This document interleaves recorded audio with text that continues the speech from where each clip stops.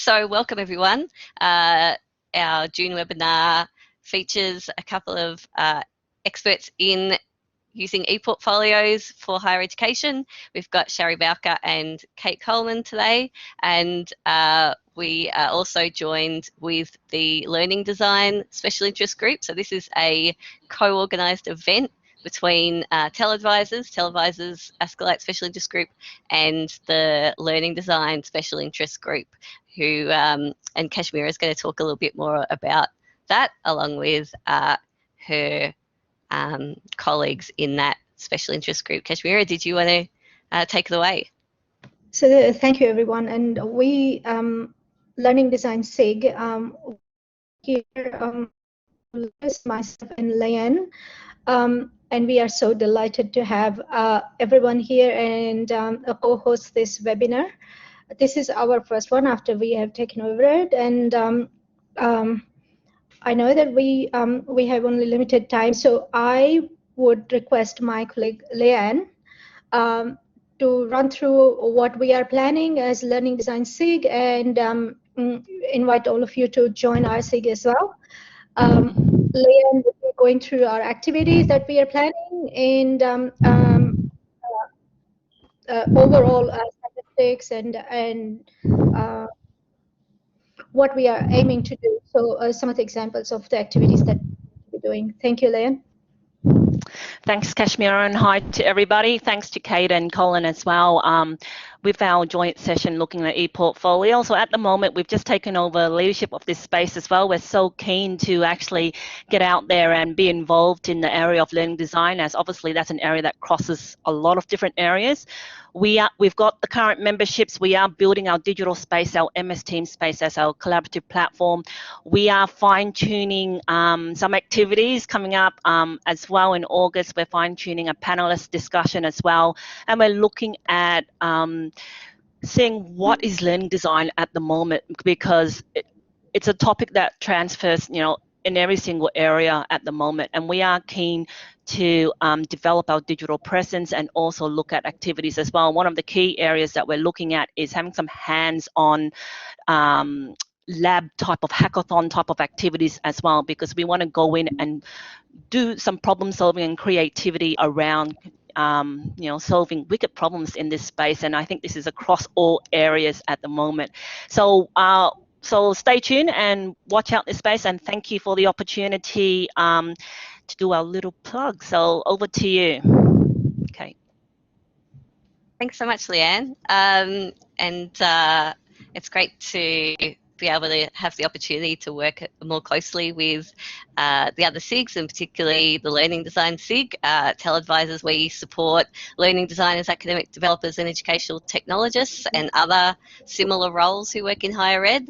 And so obviously there's a real crossover there between the two groups. So hopefully we can do more events in the future that are collaborative, and looking forward to seeing what events you publicise in the near future. Our next presenter is the lovely, and I have the pleasure of working with her, Dr. Kathryn, or Kate, as she's often known, Coleman, so two Kates in ours. She's an artist and arts-based researcher and educator in visual arts and design at the Melbourne Graduate School of Education at University of Melbourne. And she actually did her PhD around ePortfolios and arts practice. She's interested in the intersection of creativities, digital sites, materialities, practice, and cultures, and using ePortfolios in art and design education. And she's a pedagogy and portfolio researcher as well. Hopefully that's captured everything. Kate, feel free to expand where you need to. Thank you very much. Thanks for inviting me. And it's pretty awesome to go after Shari and Nathan. Thank you. It's a nice thing to kind of pick up on some things that were discussed. I've shared Miro board with you. I'm a bit obsessed by Miro as a portfolio. So I thought, why not actually invite you into building one with me, which is how I currently work with some of my students. Miro is a really important, authentic design board. All of you as learning designers, you know, would be using it in some way, I'm sure. And it's a good way to actually do the mapping design for what a portfolio might look like, or actually map portfolios with students, which is how my art and design teachers use them. The best bit is watching these flyovers. Hello, guest inventors and visionaries. And I also included a piece of Lego very quickly. If all the good presentations have a bit of Lego, then I decided that I could be like portfolio warrior woman. So I decided that I would have a bit of a play around a tanglegram on portfolios. I'm also a bit obsessed by this concept of the tanglegram, because portfolios do what tanglegrams do for me. They have no dualisms. One of the problems with concept mapping is that we still often end up in lefts and rights, or rights and wrongs, or bigs or smalls, or we start to develop hierarchies. And so I wanted to actually think about what the flatness of a portfolio enables, and why that flat ontology is really important to understanding the pedagogy and practice of portfolios. So I'm a bit old school ePortfolio. I believe in an integrative learning portfolio. I believe they're pedagogical and ontological, and they actually allow students to develop. There you go, someone moved my image, even better. Can somebody work out how to move it back? They actually enable students to develop an understanding of their own methodologies within the pedagogy. So that practice is where I'm kind of positioning myself, and that practice is an important piece of portfolio for me. My thesis was around people, product, process. You took my tanglegram away. People, process, product, and what that practice looks like when we start to think about what the practices are for developing ideas together. So as you're watching when things shift and morph, one of the exciting things about collaborative portfolios is that you actually get to play with a whole range of different ideas together and think about how we develop a shared understanding, how we co-construct knowledge, what knowledge is, how we might understand our own epistemic beliefs. Now, these are all really big ideas, but I think that one of the important aspects of understanding portfolios are having these big conversations around what it is that I'm actually doing, rather than a place to put stuff or a place to assess stuff. So because it's an integrative learning curriculum or pedagogy that I'm thinking with and through, I've got that integrative learning rubric up there, because this rubric and what this rubric does for me in terms of the AACU rubrics and high impact practices is that they allow us to think about what curriculum and co-curriculum aspects of I guess, capabilities and graduate attributes.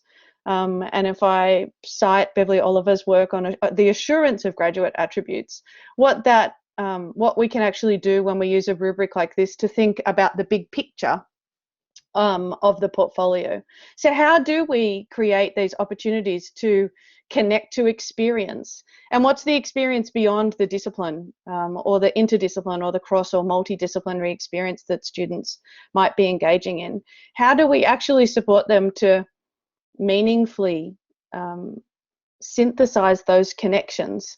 One of the things that I love most about a portfolio is that these connections are often disparate.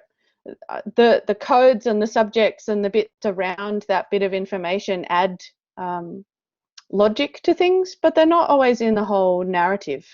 And that's a really modernist term to use the concept of a grand narrative, but that's how courses are designed. You know, teams of people come together to design a broad curriculum, but those little nuances are not always known to students, and an integrative learning portfolio can enable that.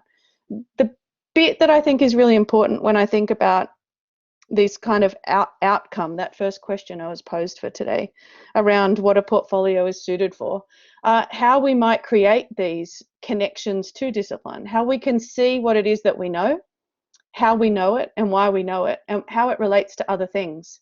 How do I, if I use the language of this rubric, create these transferability synthesis moments when I can actually apply the skills and theories and methodologies that I'm gaining in a whole range of different spaces, in studios, in labs, in tutorials, learning to communicate in teams, to collaborate.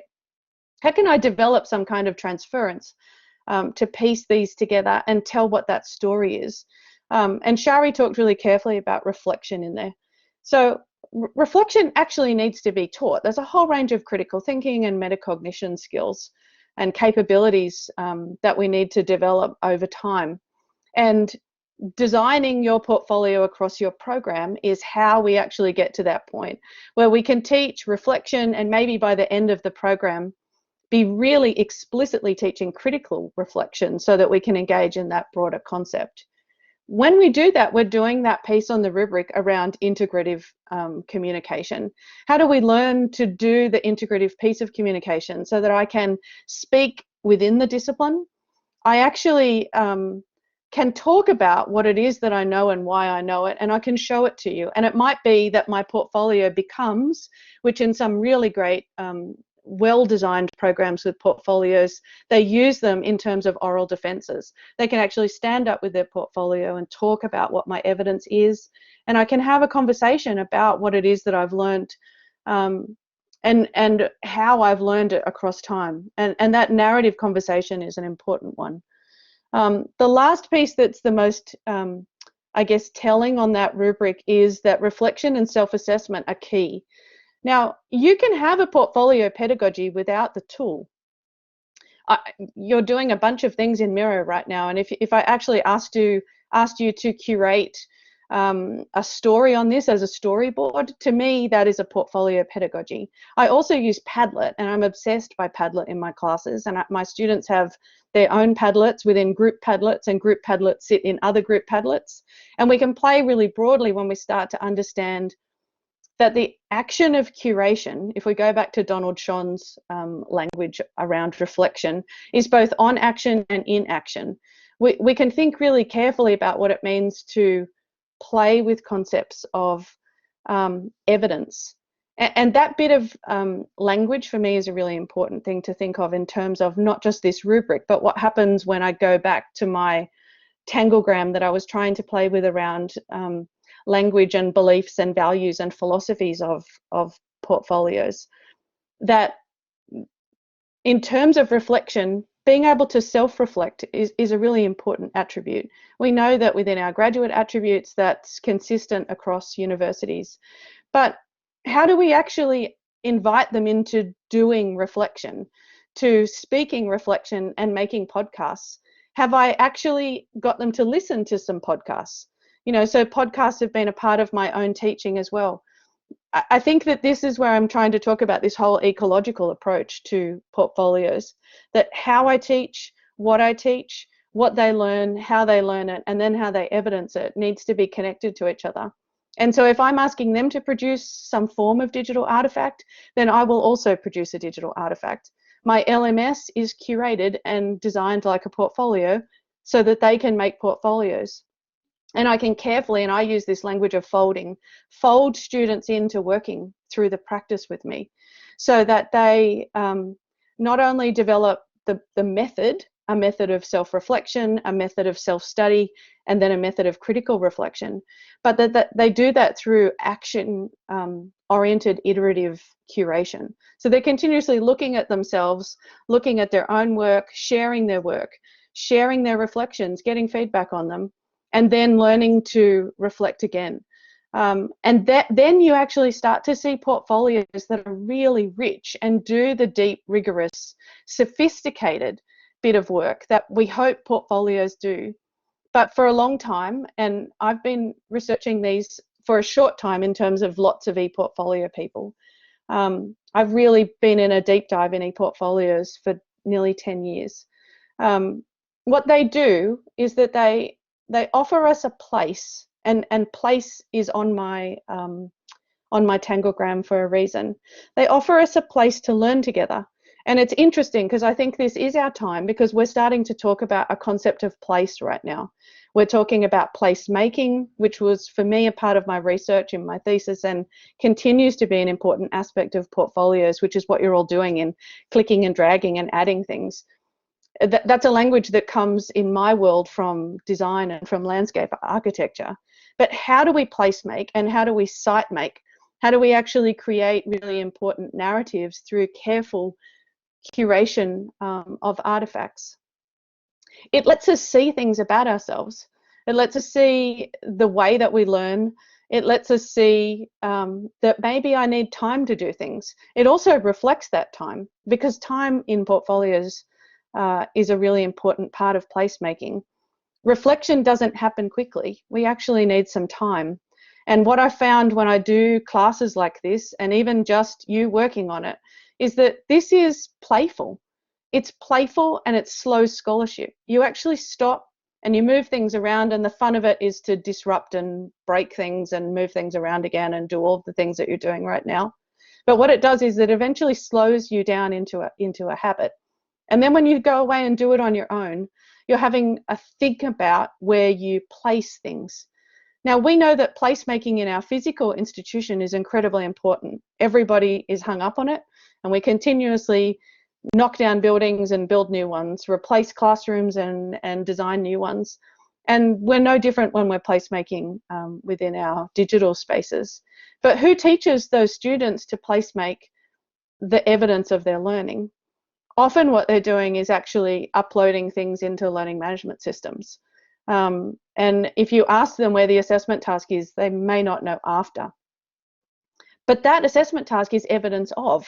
And evidence of for whom is probably a question that we should raise with them. You know, it's not just a hurdle.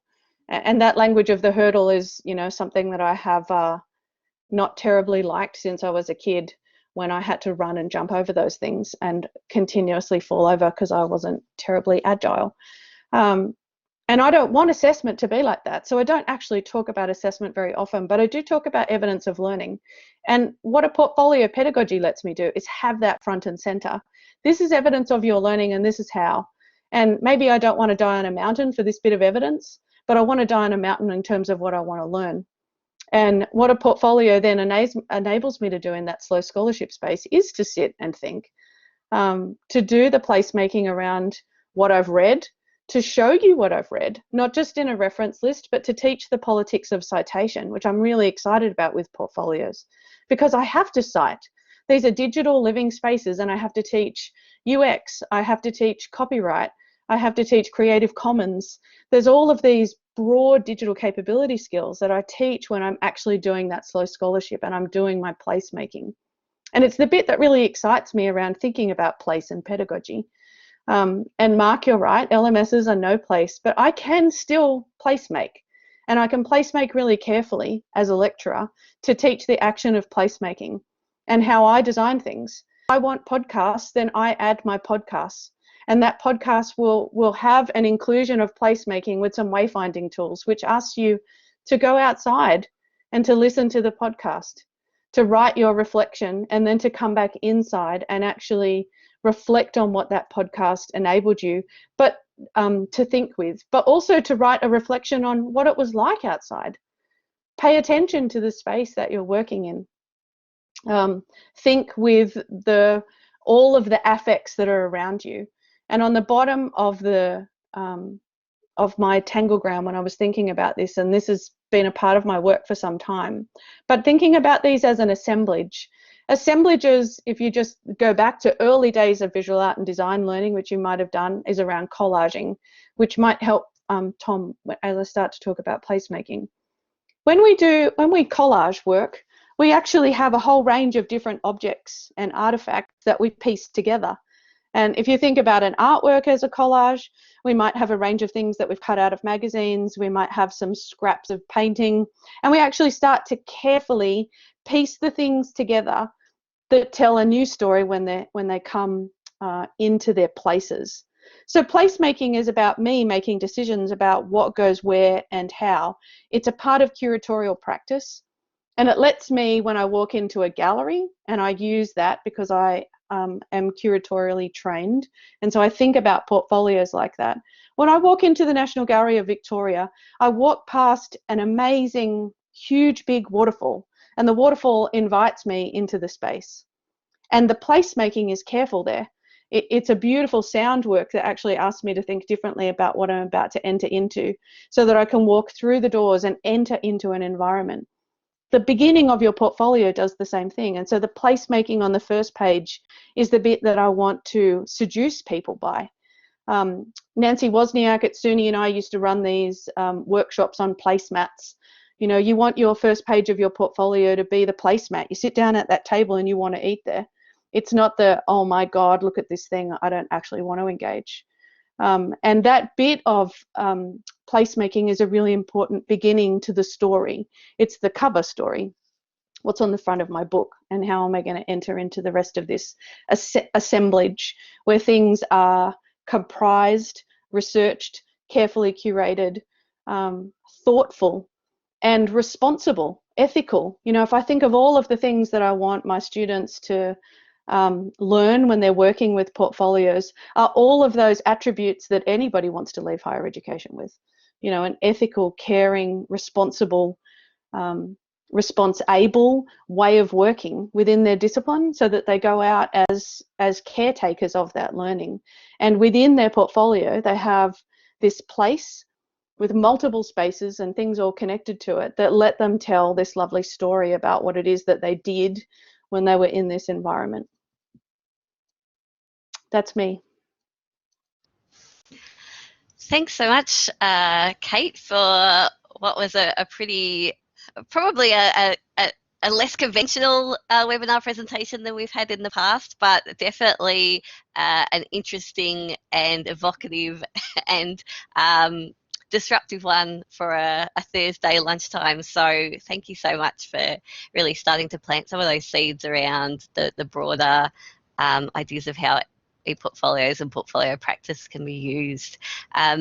We've got a chance for a few questions, so I might just have a look at the chat, and Kashmira, if you've got any questions you wanted to pose at this point, please feel free. It's also a chance if people want to put their hand up to ask a question, especially around both presenters. While we've got a few more minutes, please feel free to raise your hand and we can hand over the mic. Sorry, Kashmira. Thanks, Kate. I think there was one question about the video that is already been answered by Sherry and Nathan very extensively. So probably if Sal is happy about that answer, then we move on to other questions. So I have a question for Kate and Sherry, whoever wants to answer. Like Kate, you talked about those epistemic belief, and I looked at it in my thesis as well, and I see that so much of what teacher decide what they will do with students in order to achieve the learning outcome is driven by epistemic beliefs. So how do you see that the role of that into ePortfolio? And there was other question about what placemaking is. So I think because they're related, you can combine those. Yeah. So I think one of the important bits about a portfolio is that it reflects somebody's epistemologies, their epistemic beliefs. But that language, again, and this is why portfolios are so important to me, that they are a part of that integrative transference, which is, what is it that I'm actually doing when I'm in higher education? And how am I engaging with knowledge, knowledges, communities of knowledge and cultures of knowledge, and developing a scholarship? And those epistemic beliefs enable me to, I guess, look at myself conceptually and theoretically, but I also can understand my own socio-cultural, political knowledges that come from outside the institution. You know, nobody turns up in an institution empty. You turn up with your epistemic beliefs pretty firm. I have a sense of what I know and how I know it, but I might not have had a broader reflection on that. And so it's the reflection piece that becomes important for that. And I, with my students, do a mapping exercise where I just ask them how they know something. And often what they draw are these beautiful drawings of their families and their grandmothers teaching them to read. where they develop a love of knowledge from, or a love of books, that then they can start to trace some narrative around. And that's a lovely way of beginning with portfolios, which I like to do. It begins the placemaking, which is that, you know, things don't happen to us in a linear order. They happen, you know, kind of crazily, but most of our life is so chronological and linear that we don't have a time to look at all the bits. Placemaking lets us start to do that, and to play with a range of different things, because it's playful. Is it just using a Miro board and starting to jot ideas down and have a look at my life at different times in terms of what I know and why I know it? And I come back to those questions. What do I know? How do I know? Why do I know it? And then let's start to place those things carefully.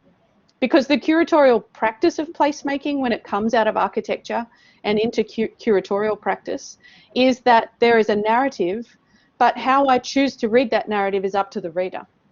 It's not up to the person who designs the room. And just like portfolios, I can enter it at the end, I can enter it in the middle, but the narrative has to be strong. I have to have done the placemaking carefully, so that I use wayfinding tools to direct whoever's entering back to where I want them to go next. And if I want them to read this evidence, what is that evidence of and for whom? And where should the next piece go? And I use those wayfinding tools to do that bit of placemaking within the portfolio. So there is a question from Tom. Okay, you answered that. Okay, could you explain what is being shown in the mirror? So I had my tanglegram that I began with when I was prompted about this session. I actually decided that I would use a tanglegram as a methodology to demonstrate why I don't believe that portfolios are neither practice or pedagogy, but a multitude of things. And they're not tools, but they're methodological. And so I wanted to use a methodological tool to play with this non-dualistic way of talking about the things that matter in portfolios, which is that there's no hierarchy in a tanglegram. There's no one bit of information that's more important than another, and all of the threads can just keep being wound, and they're never directional. They're multi-directional, and they can loop back around and turn into more things, and you keep building on them. And so it was the beginning of starting to tie things into other places. And it's a portfolio pedagogy. It's a practice of the way that we work in portfolios. So what is the best way to guide the audience or the reader through that portfolio, when you said that everybody's perspective on what you have placed on your portfolio is subjective? Yeah, well, this is where I think that wayfinding tools are really important, which are a part of design and a part of learning designers know them well. We need to teach that to students when they do their portfolios. In some tools, those wayfinding signs are actually integrated into the tool. So it takes away from the student actually making decisions, because they don't get to necessarily direct, because the page might actually just be old school ebook design, top to bottom, left to right. But we teach in intercultural and multicultural and bilingual and interfaith classrooms, and we read things differently. And I want the curator to be able to design something curatorially that reflects their culture. And so what are those cultures, and how do we engage in those cultures means I need to design encounters differently. So do I want someone to read page 1 and then read page 7 and teach them how to hyperlink as a wayfinding tool? Let's link across and through and start to play more rhizomically, which is what a tanglegram does. It's a rhizome rather than a list. And I think, you know, that's a shift that's onto epistemic. I think it's a hard one. You actually need to teach that bit as well. Just in the last minute, well, a couple things. It would, if we've got time, and after we kind of wrap up, if people want to stick around and continue conversation, you're more than welcome. I'll be here, and it might be a good chance for Shari to share what she's found in terms of people's existing reasons for using ePortfolios. But I guess just briefly, thanks everybody for coming. And if you're interested in ePortfolio specifically, we do have ePortfolios Australia have a forum towards the end of the year. You can find out more about them through their WordPress site. I'll put the link in the chat. So often that's a good place to continue that conversation around portfolio pedagogies. And also I just wanted to take this opportunity to thank both of our presenters and also Kashmira and Leanne for help co-organising this co-SIG event with TELedvisors. Yeah, thanks, Kate and Collins. I just before I let both the speakers go, there was one question about sharing the presentation from Sherry. So are you going to share that with everybody? Yeah, I'm happy to do that. Yep. Thank you. So we will be sending it through probably email or wherever that link. Great. Thanks so much, everyone. If you need to leave, that's all good. Shari, did you have any thoughts around the epistemic question that Kashmira posed before, around I guess your experiences working with the learning design process and working with teaching staff and their motivations coming in? It's hard to add what Kate said. I mean, it's so close of everything. I think on a more basic level, it's important to understand what the drivers are, what the ideological drivers are. And once I ascertain that in that first meeting, you're able to work within those parameters, I think. Yeah, for me, it's about creating really meaningful interactions, the student-to-student and student-to-peer, student-to-teacher. It's so much more basic, I know, than what Kate does with her huge big picture, but yeah, I don't really have a lot to add on that. I guess I'm interested to note what sort of people take on the use of an ePortfolio and how their, I guess, philosophical approaches to teaching and learning differ from other people's, because I think, you know, it's you have to make a real decision to use an ePortfolio, and taking on that, often you're making a decision around the type of person you are and the type of practices you want to build. That is, you know, because it is such a complex approach to take on, there's obviously got to be some clear motivations there and some clear underpinning philosophical decisions around the type of teacher you want to be, or the type of advocate, or other kinds of person you want to be, in terms of, I guess, both curriculum wise, but potentially also around beyond the curriculum. So it'd be interesting for thinking about that. Yeah. I was also thinking if the readers have different perspective of what you have written, as well as if the assessor of the ePortfolio wouldn't have the idea about different culture and the diversity, Kate, that you spoke about, would that adversely impact the assessment for that student? And I have also noticed that somebody who is more articulated in language can reflect better on what they felt, or even if that was not their experience, they can fake it way better than somebody's genuine experience. So how do you both think that can be addressed? I think that's the bit that actually needs to be taught. That is the learning design. So that's a learning design solution, but it's also teaching learning design to students. What is the purpose of the learning design and the learning experience here? And that means that my assessment becomes evidence. That's the big shift. Portfolio is evidence of what and for whom, and then I can tell the right story on the landing page. And that's the bit of seduction. I actually want to be seduced by somebody's work. I think that evidence of learning, to me, is one of the most important parts of higher education. It's the privilege of higher education that maybe we sometimes forget and don't talk a lot about with students. So how do we support that privilege and enable them build their capabilities so they all see it as a privilege?